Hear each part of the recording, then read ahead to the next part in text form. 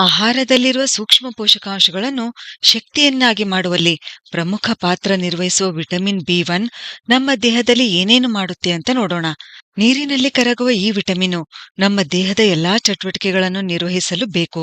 ವಿಶೇಷವಾಗಿ ಮಿದುಳಿನ ಆರೋಗ್ಯ ಮತ್ತು ನರಗಳು ಸರಿಯಾಗಿ ಕೆಲಸ ಮಾಡಲು ಬೇಕು. ವಿಟಮಿನ್ ಬಿ1 ಅನ್ನು ಥೈಮೀನ್ ಮತ್ತು ಅನ್ಯುರಿನ್ ಅಂತ ಕೂಡ ಕರೀತಾರೆ. ಈ ವಿಟಮಿನ್ WHO ವಿಶ್ವ ಆರೋಗ್ಯ ಸಂಸ್ಥೆಯ ಅಗತ್ಯ ಔಷಧಿಗಳ ಪಟ್ಟಿಯಲ್ಲಿದೆ. ಇದನ್ನು ನಮ್ಮ ದೇಹ ಸ್ವತಃ ಉತ್ಪಾದಿಸುವ ಸಾಮರ್ಥ್ಯ ಹೊಂದಿಲ್ಲ.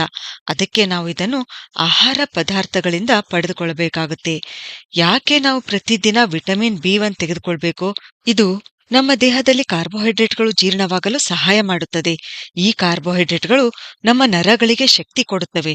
ನಮ್ಮ ಜೀವಕೋಶದ ಶಕ್ತಿ ಉತ್ಪಾದನಾ ಕೇಂದ್ರ ಅಂದ್ರೆ ಮೈಟೊಕಾಂಡ್ರಿಯಾ, ಇದರ ಕೆಲಸದಲ್ಲಿ ವಿಟಮಿನ್ ಬಿ1 ಒಂದು ಸಹಾಯಕ ಪೋಷಕ ತತ್ವವಾಗಿ ಕೆಲಸ ಮಾಡುತ್ತದೆ.